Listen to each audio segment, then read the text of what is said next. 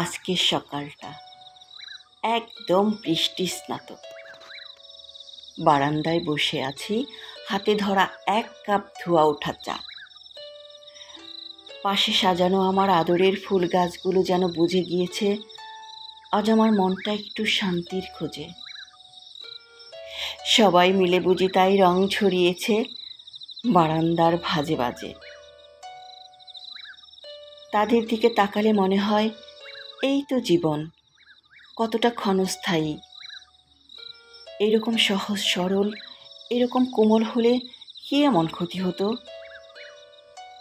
এক একটা ফুল যেন আমার মনের কথা শোনে। ঝিমঝিম সকালে আমার নিঃশব্দ সঙ্গী হয়ে দাঁড়িয়ে থাকে। চায়ের প্রতিটা চুমুকের সঙ্গে বুকের ভেতর জমে থাকা কথাগুলো আস্তে আস্তে গলে যায়।